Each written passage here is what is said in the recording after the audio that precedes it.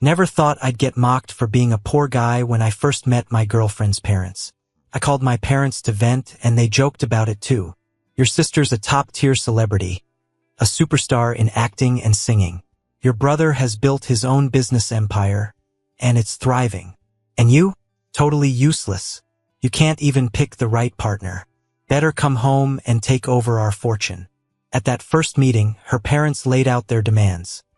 A dowry of $1 million, a house over 100 square meters, and a car. Plus, a house for her big brother in the city center. They want someone with a stable job, no parents, and no siblings. I could manage the first 4 conditions, but the last one, no way.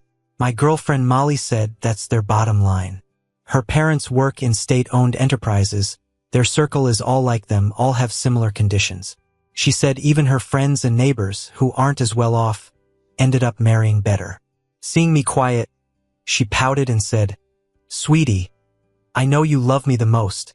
You wouldn't want other girls to outshine me, right? I could elope with you against my parents' wishes, but that would mean no blessings. And a marriage without blessings won't be happy. You wouldn't want me unhappy, would you? If I fall for that, I must have a screw loose. Sure, I'm rich but not stupid. And they want no parents, right? So where would they fit in?" "Molly, I remember you weren't like this in college," I said. She put out her cigarette and replied, "Dino, we're not kids anymore. This world is realistic. Living on love alone doesn't work.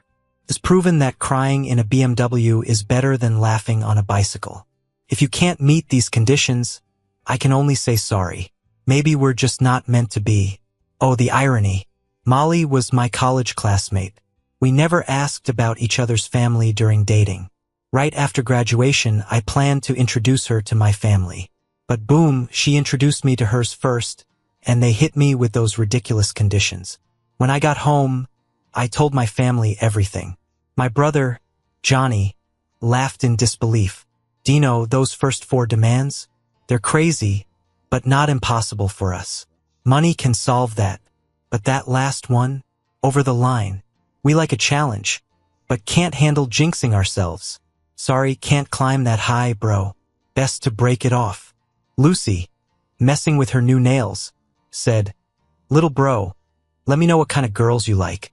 Okay?" Mom and Dad stayed quiet but told Johnny and Lucy to keep an eye on who I date next.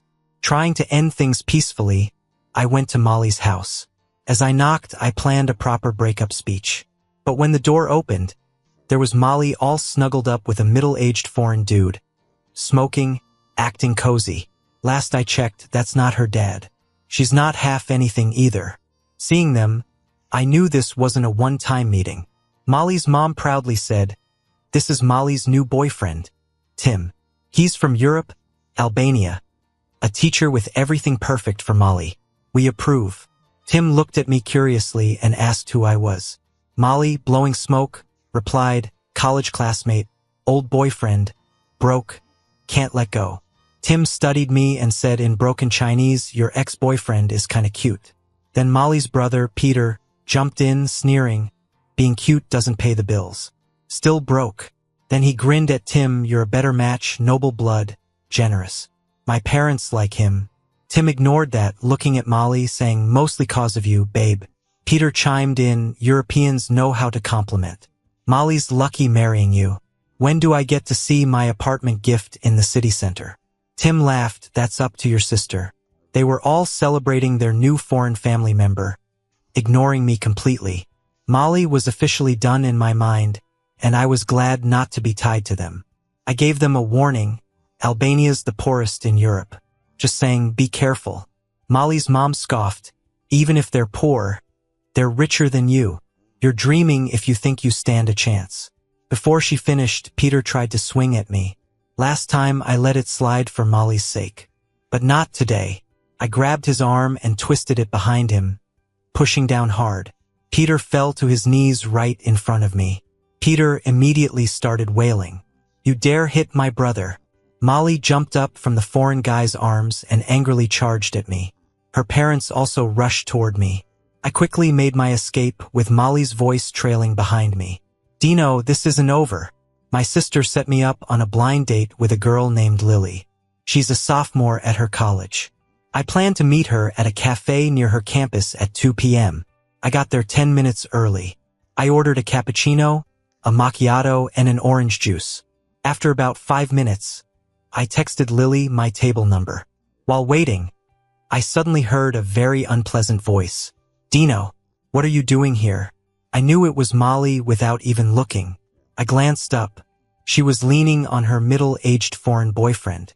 Ever since she started dating a foreigner, she'd become annoyingly boastful, acting all high and mighty. I wasn't interested in dealing with someone so pretentious. I was starting to doubt my judgment back then. Molly looked at me with disgust. "Dino, I can't believe you've sunk so low. Stalking me now? No matter how much you bother me, we'll never get back together. We used to be equals, classmates, a couple. But now the gap between us is huge. In today's world, someone as lazy as you has no future, and definitely no girlfriend. For the sake of old times, I'll overlook what you did to my brother. But please, disappear from my sight immediately." She finished with a self-righteous flair. I had no idea how she figured I was lazy, but I knew her idea of progress was dating a foreign guy.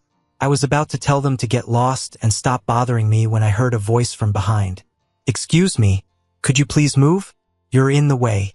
Molly instinctively shifted aside, and a girl wearing white sneakers, denim overalls, a white top, and a black fedora with long hair tucked under it, walked over. She had a cute, delicate face and sat down across from me, looking gracefully confident. She checked the time. "I'm not late. You just got here early." I was about to speak when Molly interrupted again. "Dino, who is she? Your new girlfriend?" Molly eyed her with clear jealousy, then acted like she'd caught me cheating. "No wonder you broke up so easily. You had someone lined up already. You jerk. Ugh." I dodged her spit and glanced around at the bystanders watching the drama unfold. Then I stared back at Molly, barely hiding my irritation. "Sorry, but your parents' asking price was too high for me. Can't even afford a few million? You're such a broke loser. How can you think about marriage?" Molly scoffed as she leaned against her foreign boyfriend. "My dear is better, rich and generous." Her words caused the crowd to murmur in disapproval. A cafe staffer approached Molly. "Ma'am, due to your inappropriate comments that seriously hurt our guests, we have to ask you to leave." Molly looked embarrassed at first, then confused, turning to anger, as if she couldn't see anything wrong with what she'd said. "My boyfriend is a foreigner, understand? You can't make us leave. Where's your manager? I want to see your manager." The staff dodged her spit. "This is our boss's decision." Her middle-aged boyfriend chimed in. "I demand to see your manager. You're infringing on my rights." The staff gestured for them to leave. "Please cooperate." Molly and Tim gave off an air of superiority, refusing to comply. The girl across from me stood up and coldly said, "Mr. Tim, I recorded everything. You might want to handle your girlfriend. I doubt you'd want this video shared in the school group. You're a student at a university? I got my eye on you now." Tim's face turned stormy. After his empty threat, he managed to calm Molly down and let her out. The young woman flashed a brief, disdainful smile and told the staff, "Carrie, you handled that well. You'll get a bonus this month." "Thank you, boss," the staff member replied, happily running off. She extended her right hand to me. "Hi, I'm Lily." Lily and I chatted for a bit. We got along okay. Our personalities were similar. Both of us were a little aloof and cold. We could be friends, but definitely not a couple. She even admitted she liked someone else, and I wasn't looking to settle either. After exchanging contact info, we went our separate ways. Sometimes, the more you want to avoid someone, the more you run into them. Sure enough, I ran into Molly and her middle-aged boyfriend in the parking lot. Molly hooked her arm around Tim's, looking at me with disdain. "Dino, you still claim you're not stalking me? Not with your little girlfriend anymore? You sure play around dating young girls. Only broke students would date you." I shot back, "Tim, your girlfriend says you're old." Tim's face turned even darker. He glared at me and said, "Your girlfriend's at our school, right? Better watch her. I'll make sure something happens to her." With a cold laugh, I retorted, Let me remind you both, this isn't the Qing dynasty. Foreigners don't get special treatment here. No matter where they're from, they follow our laws here. Those failing elsewhere won't succeed here either. Tim, I look forward to our next meeting. Tim was like a wild dog with its tail stepped on. If it weren't for the age and height difference, I swear he'd have tried to fight me. Molly was quietly trying to calm her down while giving me a piece of her mind. Dino, only people with no skills rely on cheap talk. Tim and I won't stoop to your level. I'm leaving in my luxury car.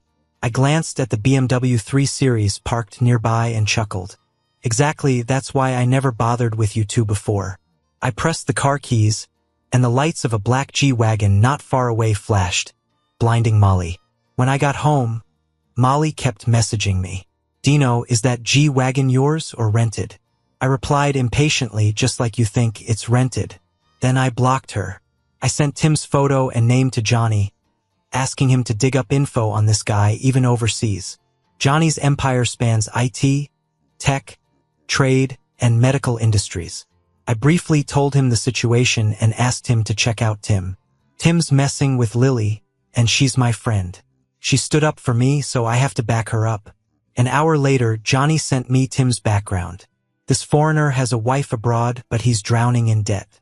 He came here exaggerating his credentials and landed a teaching gig at a university. Little bro, how do you want to handle him? Big bro has your back. But you gotta take over mom and dad's family business, Star Group. Mom and dad laid it out clearly. Whoever doesn't make it on their own has to take over. You can't even pick the right girlfriend and you won't take over $1 billion business? After my brother's lecture/threat, I resigned myself to working at the family business. I started at Star Group from the ground level. I'm just a little admin for now. Somehow, Molly caught wind of this and took the liberty to call me for some ridicule. Dino, you finally faced reality. Congrats. I'll definitely visit you at your company. I replied, get lost. Then hung up and blocked her number. There are 3 of us siblings, and while my brother and sister have their own successful ventures, I ended up stuck with the family business because of her. I was already bummed out. I didn't need her mockery. At a company event, I noticed a familiar name on the employee list. Peter. He's a team leader in the sales department. After checking his picture, I confirmed he's Molly's brother Peter. Now I know how Molly found out about my new gig. What a small world. I looked at his name and chuckled. This event was an appreciation gathering for old clients. Peter was mingling, all smiles, showing some skill. Curious, I pretended to swing by and overheard him blatantly selling company secrets in between laughs. I couldn't believe my ears. He's bold enough to laugh off selling company secrets. When he saw me pause, he walked over, wearing a mocking grin. Well, if it isn't my ex-brother-in-law. Being so quiet today? Wasn't it you who wanted to punch me last time? I stood here now and didn't try anything? I coolly replied to his taunting, stop interfering with my work. So what if I interfere? You're just a simple admin. Do you know, the whole company survives because of our sales team? You admin folks are supposed to serve us. Got it? My dad started from scratch, carefully nurturing this company over decades. Every department plays a key role. He made it clear no one should abuse their position to bully other departments. I won't let anyone ignore his rules, so I shot back. Every department relies on each other. None are dispensable. Without support from other departments, your sales wouldn't fly. Don't spew talk like this, that discourages others. Peter didn't expect to be lectured. His face shifted. You've got some nerve telling me off. Who do you think you are? The owner or heir? Believe it or not, I could get you tossed out of here with a call. He hit closer than he knew, but I wasn't ready to play that card.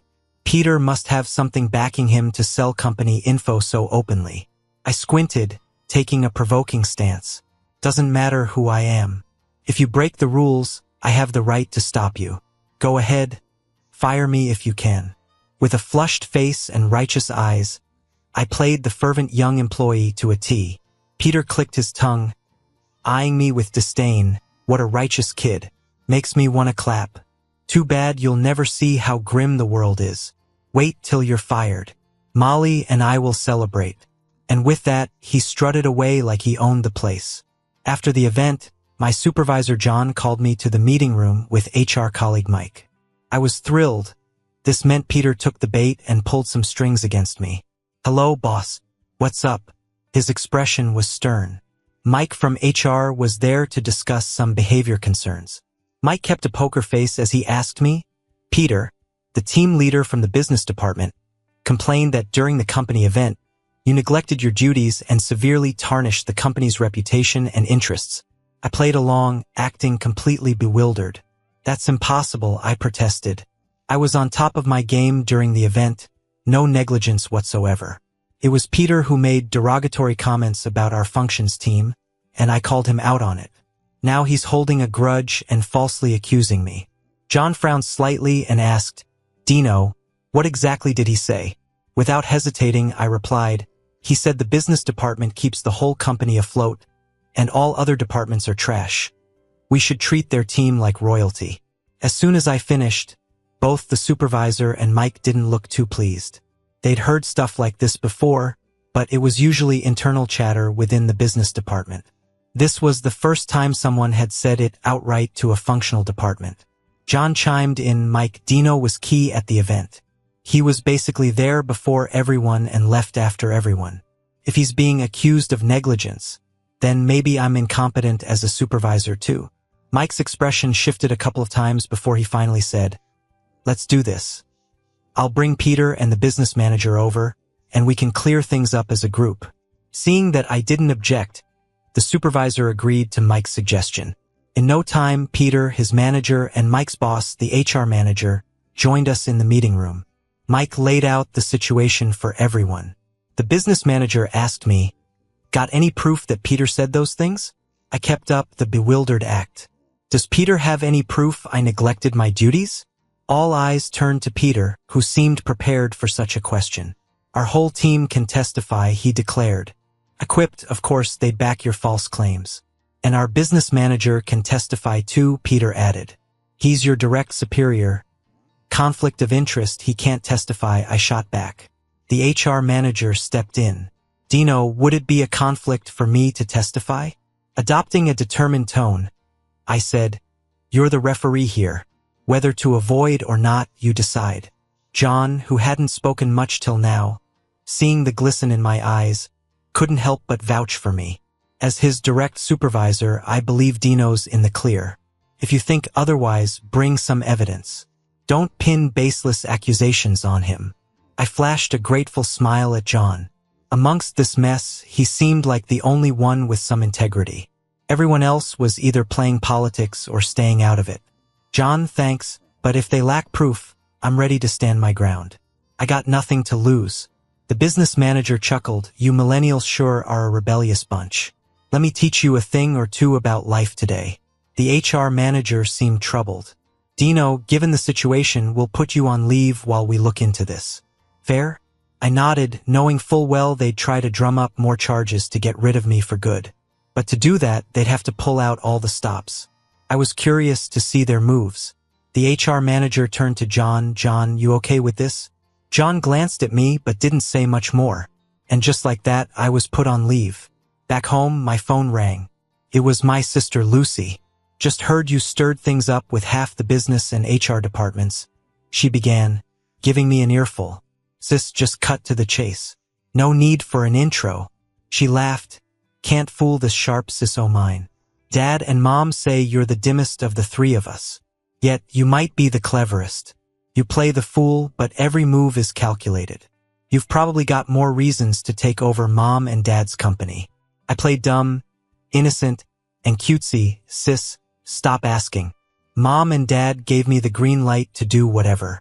She relented, knowing when to back off. "Tonight's my last concert this year. I need you to lend a hand with something important. Dress up extra sharp. Okay? Your ticket's already on the way." She hung up before I could object. Moments later, a call came through from Molly, using some unknown number.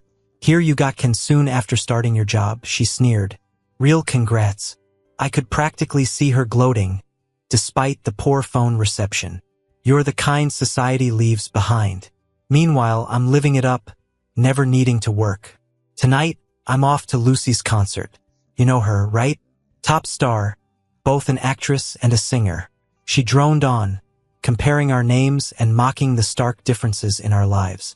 Her smugness just made me chuckle. Little did she know, her high-status foreign boyfriend, Tim, would soon reclaim all he spent on her. I was looking forward to it, her last carefree days.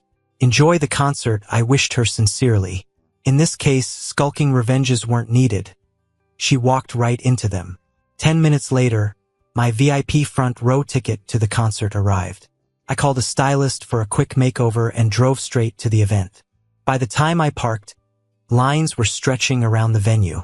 Lucy had always been a star, not just for her looks, but also her talent and brains. A role model since we were kids. After graduating from Beijing Film Academy, she straightforwardly turned down her parents' plans and passionately dove into the entertainment world. Within just 3 years, she became a top-tier popular star, excelling in both acting and singing. Dino, did you really follow me here? I followed the sound for a while before spotting Molly in the long queue. I had no idea how she noticed me first. It's like she couldn't wait to stick her face over here. Feeling the hospitality, I gave her a little tap. Molly's gaze was somewhat complex, lacking her usual sarcastic tone, and she sighed deeply instead. Why put yourself through this? You're about to be out of a job and now buying this ticket. How much money do you have left? I just can't stand your aimlessness and lack of ambition. I chuckled. You're right, I'm exactly that sort of unmotivated person. With that, I bypassed the long line, greeted the staff, and entered through a special passage. Then I got countless calls and texts from Molly, which I ignored, deleted, and blocked. Lucy, my sister truly, for several hours now, has been singing, dancing, rapping, interacting with the crowd without missing a beat. Her breathing remained steady. The concert was a huge success, with cheers growing louder and louder. After finishing her last song, Lucy bowed to the audience, thanking fans for their support. Then she raised her eyebrows at me from the stage, and I got a sinking feeling. I know many are curious about my family situation, so let me introduce my brother, Dino, to you all today. Next, my face appeared on the big screen. Well, looking quite handsome. There were cheers from the female fans below. Wow, so handsome. Lucy went on, this brother of mine, he's kind and innocent, had a passionate college love, then got dumped after graduation. He's been pining away, leaving me heartbroken watching him. That's why I'm introducing him this way to those who care about me. Anyone interested can ask me for his details. As soon as she finished, a female fan below shouted out loud, "Sis, keep an eye on my hubby. I'll take him home later." I was genuinely famous. Very soon, the topic Lucy's brother Dino trended on various social platforms. Netizens were very keen to weigh in. Dino is so handsome and has such an awesome sister. Why did he get dumped? Guess why dashing Dino was dumped by his ex-girlfriend? I'll bet 10 packets of spicy strips that Dino's ex-girlfriend didn't know his sister is Lucy. I'll wager my ex-boyfriend's 10-year lifespan that Dino's ex is regretting it big time now. I'll bet my ex-boyfriend's 3 centimeters that Dino's ex is frantically calling to apologize now. Why only 3 centimeters? Upstairs? Probably because there isn't any more to wager. That's spot on, upstairs. Sympathy for the 5th floor. Sympathy for the 5th floor. Netizens really have a knack for discovering things. Is Molly ever buzzing me from any number she can find? I took a call, they all had Molly's voice. Exasperated, I told her, stop asking. I love then, not now. Molly paused before continuing. Is Lucy really your sister? You should have seen it yesterday at the concert. Why didn't you tell me earlier? Well, you never asked. Molly got irate again. Just 'cause I didn't ask, you wouldn't tell me? I planned on telling you back when we graduated, but seeing your family's situation, I gave up. You could have met those conditions but refused, you jerk. With a sarcastic laugh, I replied, don't overrate me. If I was an orphan, I'd be broke and totally underqualified for you. Molly switched gears. Dino, I'm no plain Jane. I want to break into the entertainment industry. Can your sister help me out? Playing dumb, I replied, you want to get into showbiz, go ahead. But what's it got to do with my sister? Based on our past relationship, can't you ask your sister to lend a hand? What relationship did we have? If any, it was you cursing my whole family to death. You sure have the guts to expect my sister's help with that sort of relationship. Hanging up heavily, I felt a wave of relief, completely refreshed. Meanwhile, Molly got caught up in the fame too. Her notoriety came partially because of me, but also her parents. Thanks to my situation, she got exposed as my ex-girlfriend. Initially, she thought she could ride the wave by playing the independent woman card, attracting heaps of fans. However, netizens unearthed her family members and past doings. I checked out their findings and couldn't help but applaud the solid acting skills of her parents. Molly's parents were never dual state employees. They watched gates and bike racks for state companies back in the days. Once unemployed, they made money through small-time hustles. Their sharp acting and people's lazy avoidance of trouble steadily upgraded the family lifestyle. But then they crossed a clueless young man. A kind-hearted college student helped her mom up, only to be accused of knocking her down. Her dad soon joined the berating chorus blaming the student. Blood boiling, the student stood up against such nonsense and betrayal, boldly defending himself and seeking help and evidence from witnesses that day. 3 days later, a passerby spoke up, bringing along footage of the incident. The passerby had experienced similar small-time scams and got into the habit of recording acts of kindness as a precaution, keeping the clips for 6 months. Upon seeing the flyer, they promptly reached out to the student. Ultimately, in front of the witnesses and evidence, the police officer sternly criticized her parents and asked them to apologize to the college student. But the student refused to accept the apology unless it was in front of the media. Otherwise, he wanted 10,000 yuan for reputation damage and emotional distress. Normally, people put money in their pockets, not take it out to put in others. So, Molly's parents didn't apologize in front of the media, nor did they pay the damages. They ended up on the defaulters list. Now I get why Molly's parents looked so upset when she introduced me as a simple-minded person. Molly's scammer parents became a trending topic. While checking online comments, her parents accidentally fell down the stairs and ended up in the hospital. Talk about coincidence. They were being wheeled in on stretchers when I was visiting a college roommate in the hospital. He broke his leg playing soccer, and this hospital has the best ortho department, so it was packed. Many patients didn't have beds and were waiting on temporary ones in the hall, which was super inconvenient. I called Johnny, who told me the hospital next door was also great for ortho, and his company had a partnership with them. He said, "Give me a minute." In about 10 minutes, Johnny said everything was set, and I could take my friend over. As soon as we got there, they quickly arranged a bed and surgery time for him. His parents were incredibly grateful, and he just gave me a simple thank you. He knew our friendship was pure, and that's why we got along well.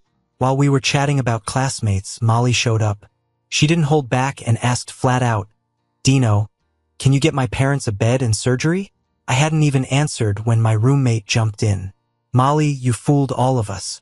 You put on the innocent act and chased Dino relentlessly, saying you'd marry no one else. We all helped you and you got with Dino. While dating, you bossed him around, taking advantage of his devotion. Then, after college, you dumped him for a foreign guy. And now you have the nerve to come back with demands? Where do you get off?" Turns out Molly did care about her reputation because she ran off after my friend's outburst. It was satisfying. A few days later, I got calls from John and HR. John sounded regretful, warning me to brace myself. The HR manager was upbeat, saying everything was sorted and fairness restored. I went back to the office hopeful since it was all wrapping up.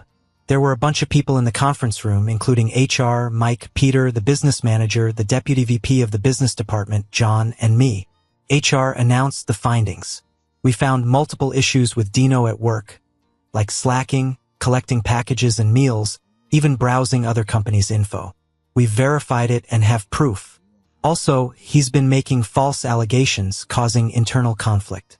The impact is severe and he's being dismissed. She presented a heap of so-called evidence. John and Mike stayed solemn, while others sneered, as if mocking my futile struggle. Peter silently mouthed, "You're too naive. I told you to scram, so scram." Looking around, I understood and briefly skimmed their proof, which just showed me picking up packages or going to the restroom. I hadn't been idle these days and had some evidence of my own. I laughed and played a video on my phone. Stranger, aren't you afraid we'll steal your business with this info? Peter, I'm just a worker. A deal earns me only a few thousand, but with you I get at least 10 grand. Our company is huge, it won't miss it.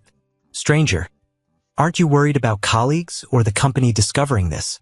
Peter, half of us do this and no one gets caught. But outside this door, I never said anything. With that, I paused the video. Peter turned pale, accusing me of faking it. No way, this is real. You couldn't have recorded in a bathhouse. He realized his mistake immediately, looking terrified, but it was too late. He was sweating bullets, no longer arrogant, slumping over the table like a beaten stray. I looked at Mike, then John. John, Mike, can you testify on this? John hadn't anticipated this turn of events but nodded after some thought.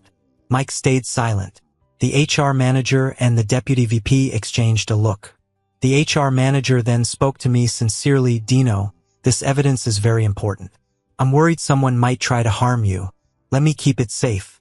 The deputy VP chimed in. Whether this is true or not, I have to look into it. Please don't share the video just yet. Give me some time to handle it. I shook my head. This is serious, but I don't want to trouble either of you. I've already handed the evidence over to General Manager Tan at HR and my dad. You already gave it to General Manager Tan?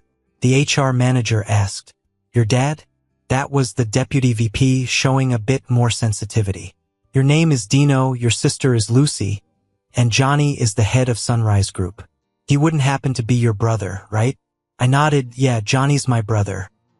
His face turned slightly pale, but he still looked at me with a hopeful gaze, trying to confirm.